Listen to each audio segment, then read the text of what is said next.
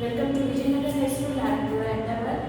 Today we are going to learn voice, change the voice, future tense, part 3. Part 1 અને part 2 ની અંદર આપણે active voice કોને કહેવાય, પેસિવ વોઇસ કોને કહેવાય, કઈ રીતે એક્ટિવ વોઇસમાંથી પેસિવ વોઇસમાં રૂપાંતર કરવું એ ભણ્યા.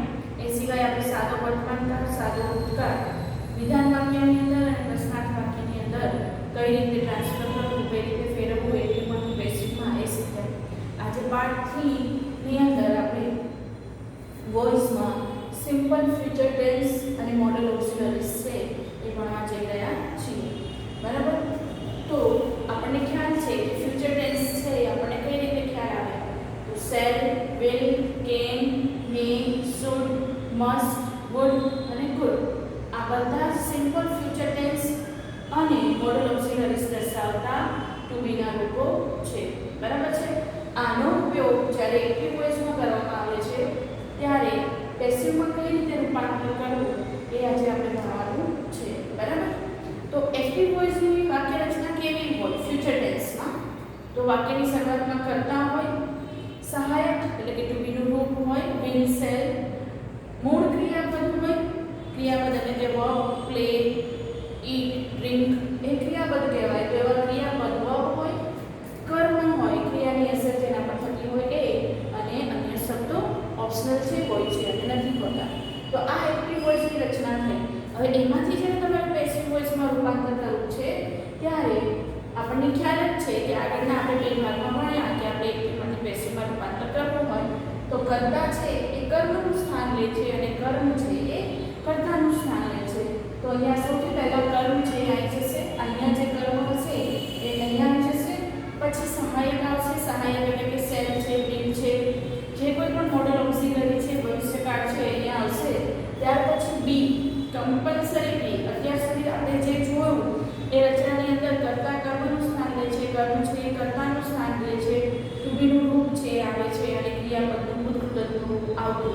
પરંતુ અહીંયા ખાસ વિદ્યાર્થી મિત્રો યાદ રાખજો કે જ્યારે એક્ટિવ વોઇસ છે એ ભવિષ્યકાળમાં હોય અથવા તો વિલ, શેલ અથવા મોડલ ઓક્સિલરી જ્યારે ક્યારે પણ આવે છે ત્યારે એનું પેસિવ કરો છો ત્યારે કમ્પલસરી બી લખવાનું હોય છે પેસિવ કરતી વખતે. તો અહીંયા તમે જે સહાયક લખશો એ સહાયક પછી બી આવશે, પછી ભૂતકૃતનું રૂપ છે, પાસ્ટ પાર્ટિસિપલ છે આવશે અને પછી આવશે અધર વર્ડ્સ, અન્ય શબ્દો. આ વસ્તુ આપણે ઉદાહરણ દ્વારા સમજીએ જેથી તમે સહેલાઈથી સમજી શકો. તો પહેલું ઉદાહરણ છે I shall buy a new car. આ જે આપણું વાક્ય છે એ વાક્યની અંદર આઈ જે છે એ કર્તા છે. બરાબર? આઈ એ સબ્જેક્ટ છે, કર્તા છે અને અ ન્યૂ કાર એ ઓબ્જેક્ટ છે. બરાબર? તો નિયમ પ્રમાણે કર્મ છે એ કર્તાનું સ્થાન લેશે અને કર્તા છે એ કર્મનું સ્થાન લેશે. તો આ ન્યૂ કાર કર્મ છે એ અહીંયા આગળ આવી જશે કે અ ન્યૂ કાર વિલ. અહીંયા સેલ લખ્યું છે, આઈ સાથે સેલ આવે, બાકી બધે જ વિલ છે એનો ઉપયોગ થાય છે ભવિષ્યકાળમાં. તો આપણે અહીંયા વિલ લખીશું. અ ન્યૂ કાર વિલ. આ કમ્પલસરી તમારે બી લખવાનું છે. આપણે અહીંયા રચનામાં જોયું એ પ્રમાણે. તો બી બોટ બાયનું ભૂતકૃતનું રૂપ. આ ક્રિયાપદ છે, ક્રિયાપદનું ભૂતકૃતનું રૂપ આપણે લખવાનું છે. તો બાયનું બોટ થઈ જશે. બરાબર? તો બોટ બાય મી. અહીંયા આઈ છે, સબ્જેક્ટ છે, પાછળ આવશે તો આઈનું થઈ જશે કર્મ વિભક્તિનું રૂપ બાય મી. પહેલા પાઠમાં આપણે જોયું કે આઈ હોય તો બાય મી લખવું, હી હોય તો બાય હિમ લખવું, સી હોય તો બાય હર લખવું, ધે હોય તો બાય ધેમ લખવું અને યુ હોય તો બાય યુ લખવું. બરાબર છે? તો અહીંયા કર્તાના સ્થાને જ્યારે આમાંથી કોઈ પણ પ્રોનાઉન એટલે કે સર્વનામ આવે છે ત્યારે તમારે અહીંયા એનું કર્મ વિભક્તિનું રૂપ છે એ લખવાનું હોય છે. બરાબર છે? તો I shall buy a new car એનું પેસિવ વોઇસ થશે a new car will be bought by me. બરાબર? એવી જ રીતે she will teach us music. તો અહીંયા સી છે એ કર્તા છે, સબ્જેક્ટ છે અને મ્યુઝિક છે કર્મ એટલે કે ઓબ્જેક્ટ છે. તો કર્મ છે આગળ આવી જશે અથવા બે રીતના પણ આ વાક્ય થાય છે. પહેલા આપણે આપણી જે સિમ્પલ રેગ્યુલર જે રીત છે થી શીખી લઈએ આ વાળું વાક્ય કે મ્યુઝિક વિલ બી ટીચનું થઈ જશે ટોટ ટુ અસ બાય હર. આપણે આગળ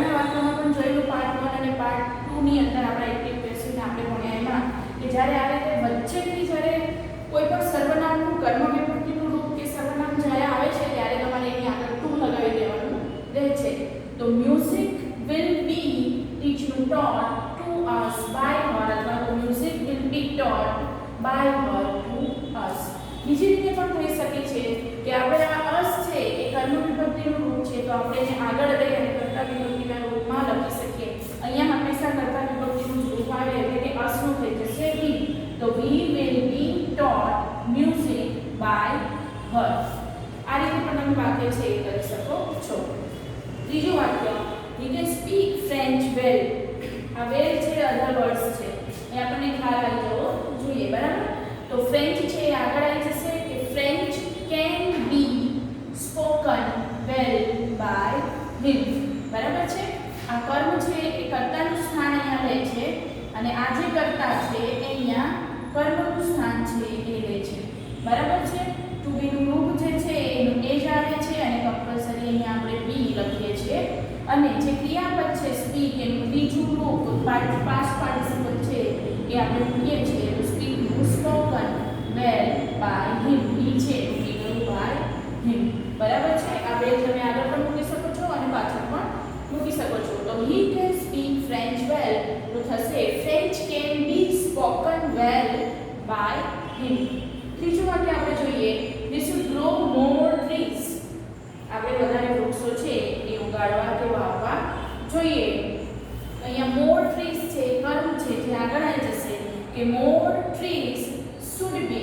અહીંયા આપણે એક વસ્તુ સારી રહે છે કે આપણે આ છે કે is છે વચન પ્રમાણે નક્કી કરવાનું રહેતું નથી. was were કે is are છે એ વચન બહુવચન પ્રમાણે આપણે મૂકતા હોઈએ છીએ જનરલી, બટ અહીંયા ભવિષ્યકાળની અંદર મોસ્ટ ઓફ આપણને જે ટુનું રૂપ આપ્યું હોય છે એ જ લેવાનું હોય છે. માત્ર આઈ સાથે સેલ હોય તો આગળ આપણે ડીલ કરવાનું થાય. તો we should grow more trees. તો more trees should be grown by us. બરાબર. તો should પછી કમ્પલસરી બી મુકાય છે. બસ આ એક જ વસ્તુ ખાસ આપણે અહીં શીખવાની છે. બાકીના નિયમો અગાઉના જે નિયમો હતા વર્તમાનકાળ અને ભૂતકાળના એ જ પ્રમાણેના છે. માત્ર તમારે અહીંયા ટુ બીના રૂપ પછી કમ્પલસરી બી લખવું જરૂરી છે. તો we should grow more trees. તો more trees should be grown by us. એવું થઈ જશે by us. We must not kill animals. તો આ animals છે કર્મ એ આગળ આવી જશે. Animals must not be killed by us. બરાબર. એનિમલ્સ છે આગળ આવી જશે. must not એમ જ રહેશે. વાક્ય નકાર હોય ત્યારે પણ નોટ પછી બી લખવું. તો animals must not be killed નું ભૂતકૃદંતનું રૂપ killed અને અહીંયા કરતા બી છે એનું થઈ જશે by us. બરાબર. તો we must not kill animals નું થઈ જશે animals must not be killed by us. હવે અહીંયા આગળ આપણે જોઈએ તો સહાયક ક્રિયાપદોથી શરૂ થતા પ્રશ્નાર્થ વાક્યો. આગળ આપણે વિધાન વાક્ય જોયા. હવે છે આપણે પ્રશ્નાર્થ વાક્ય જોઈશું. તેની રચના જોઈ લઈએ કે સહાયક વત્તા કર્મ વત્તા બી વત્તા પાસ્ટ પાર્ટિસિપલ વત્તા અધર વર્ડ્સ વત્તા ક્વેશ્ચન માર્ક પ્રશ્નાર્થ ચિહ્ન. બરાબર છે. તો અહીંયા શું થશે કે સહાયક ક્રિયાપદ પદ છે વાક્યની શરૂઆતમાં જે હશે એ આવશે જ, બરાબર. ત્યાર પછી આપણે કર્મ છે એ લેવાનું રહેશે અને ત્યાર પછી આપણે એનું બી કમ્પલસરી અહીંયા પણ બી ભવિષ્યકાળ હોવાના કારણે લગાવવાનું છે. પાસ્ટ પાર્ટિસિપલ અધર વર્ડ્સ અને ક્વેશ્ચન માર્ક મૂકવાનું ભૂલવાનું નથી. સો ઉદાહરણ દ્વારા આપણે એને સમજીએ કે will you play chess. બરાબર. તો વાક્યમાં આ will જોતા આપણને ખ્યાલ આવે છે કે આ ભવિષ્યકાળમાં છે. જેવું જ આપણને ખ્યાલ આવે કે વાક્ય છે એ ભવિષ્યકાળમાં છે ત્યારે આપણે એક વસ્તુ યાદ રાખવાની કે અહીંયા મારે બી કમ્પલસરી લગાવવાનું છે. તો will નું will એ જ જગ્યાએ રહેશે. આ વાક્યમાં જો તમે જુઓ તો આ કર્તા છે, આ ક્રિયાપદ છે અને આ કર્મ છે. તો આ કર્મ છે કર્તાનું સ્થાન લઈ લેશે એટલે કે ચેસ છે આગળ આવી જશે કે will chess be play નું ભૂતકૃદંતનું રૂપ played by you. you છે એટલે જશે by you. તો વાક્ય છે એક્ટિવ વોઇસ છે કે will you play chess એનું પેસિવ થઈ જશે will chess be played by you. Okay, that is very much easy. તમારે પ્રશ્નાર્થ વાક્યને પ્રશ્નાર્થ વાક્ય જ રાખવાનું છે. નિયમ પ્રમાણે કર્મ છે કર્તાનું સ્થાન લેશે, કર્તા છે કર્મનું સ્થાન લેશે, ક્રિયાપદ છે એનું ભૂતકૃદંતનું રૂપ આવશે અને આગળ બી છે લગાવવામાં આવશે. સો can we count the stars in the sky. તો can જે છે વાક્યની શરૂઆતમાં એ ત્યાં જ રહેશે કે can the stars. આ જે the stars છે એ ઓબ્જેક્ટ છે, આ અન્ય શબ્દો છે અધર વર્ડ્સ છે તો એને આપણે આગળ લેવાના ના હોય. the stars છે પહેલા એ કહેશે કે can the stars be counted. count નું ભૂતકૃદંતનું રૂપ છે એ થશે counted in the sky by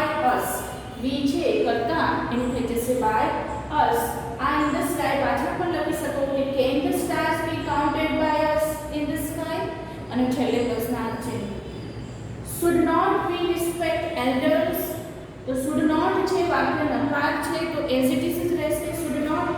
એટલે આપણે અહીંયા જોયું પ્રશ્નાર્થ વાક્યની અંદર સૌથી પહેલા પેસિવ કરતી વખતે પણ સહાયક જ આવે છે. એટલે અહીંયા એક્ટિવમાં જે સહાયક આપ્યું હોય મોસ્ટ ઓફ એ જ સહાયક તમારે પેસિવમાં પણ પહેલા લખી દેવું અને પછી કરતા અને કર્મનું સ્થાન છે એ બદલવું. એટલે અહીંયા આપણે શુડ નોટ લખ્યું. હવે આ વાક્ય તમે જુઓ તો વી છે કરતા છે, રિસ્પેક્ટ છે એ કર્મ છે અને એલ્ડર જે છે એ ક્રિયાપદ છે. તો એલ્ડર્સ છે એ અહીંયા આવી જશે, સોરી રિસ્પેક્ટ જે છે એ ક્રિયા દર્શાવતો શબ્દ ક્રિયાપદ છે અને એલ્ડર્સ એ કર્મ છે. તો એલ્ડર્સ છે એ આગળ આવી જશે, બરાબર. તો elders be respected by us, બરાબર છે. Should not elders be respected by us. અહીંયા બી છે તમે જોઈ શકો છો, આ અહીંયા પણ બી છે, અહીંયા પણ છે અને અહીંયા પણ છે. આ બી છે હંમેશા પાસ્ટ પાર્ટિસિપલ છે એની પહેલા આવે છે, બરાબર. એટલે પ્રશ્નાર્થ વાક્યમાં આ વસ્તુ યાદ રાખવી કે એક્ટિવ વોઇસનું પેસિવ વોઇસમાં જ્યારે રૂપાંતર કરીએ છીએ અને વાક્ય જ્યારે પ્રશ્નાર્થ ચિહ્નમાં હોય છે ત્યારે વાક્યની શરૂઆત જે છે એ સહાયક ક્રિયાપદથી જ થાય છે અને જે બી છે ને એ ભૂતકૃદંતની પહેલા મૂકવામાં આવે છે. Must we not follow traffic rules, તો must traffic rules not be followed by us, બરાબર.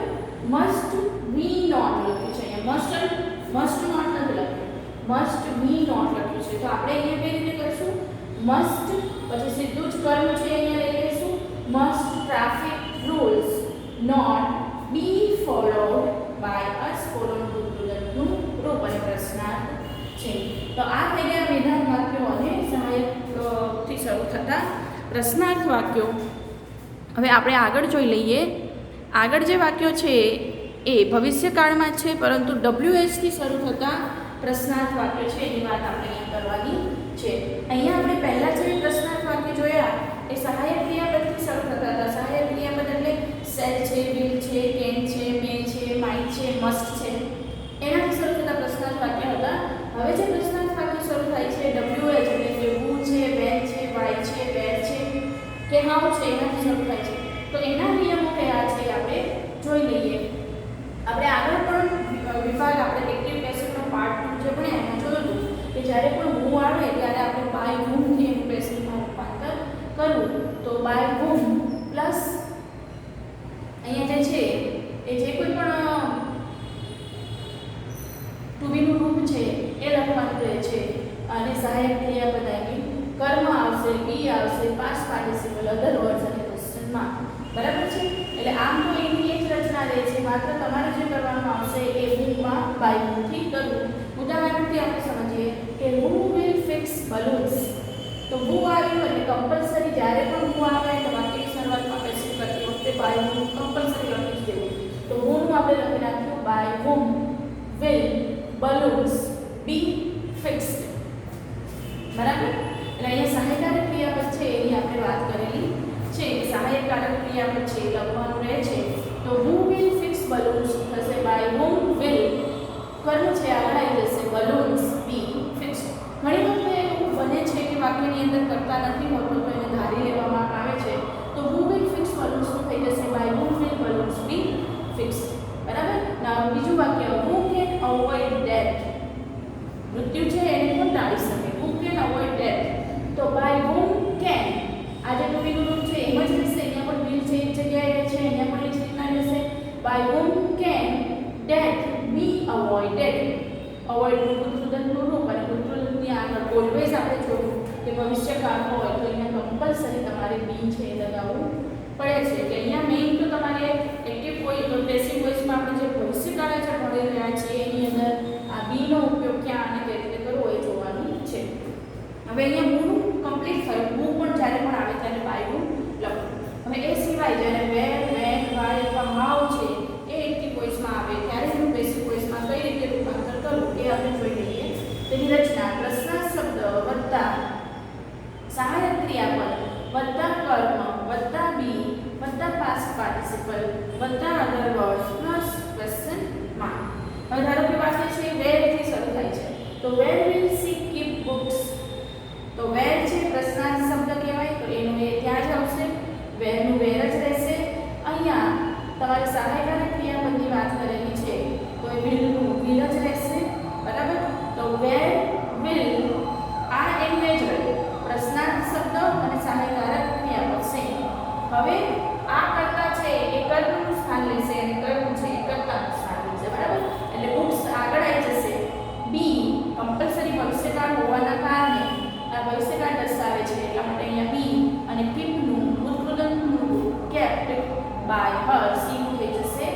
her.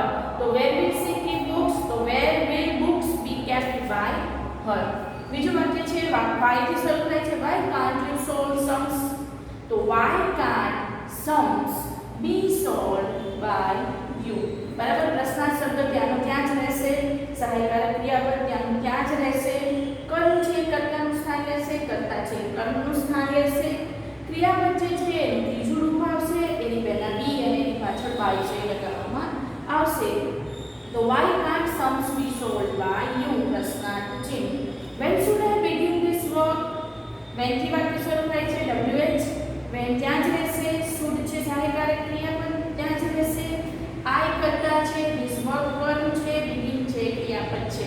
તો I છે એ કર્મને સ્થાને જતું રહેશે, કર્મ છે એ કર્તાને સ્થાને આવી જશે, begin જે છે ક્રિયાપદ એનું ત્રીજું રૂપ પાસ્ટ પાર્ટિસિપલ મૂકવામાં આવશે, ભવિષ્યકાળ હોવાના કારણે આગળ બી અને પાછળ બાય છે એટલે શું હોવાના કારણે કરતું કરવાનું હોવાના કારણે પાછળ બી છે મૂકવામાં આવશે. તો when should I begin this work નું થશે when should this work be begun by me? I નું થઈ જશે by me અને begin નું તુરંતનું રૂપ થશે begun. ભવિષ્યકાળ હોવાના કારણે be નો ઉપયોગ કરવામાં આવે છે. પ્રશ્નાર્થ ચિહ્નમાં હોય ત્યારે પ્રશ્નાર્થ ચિહ્ન લગાવવું જરૂરી છે. how shall we write the answers?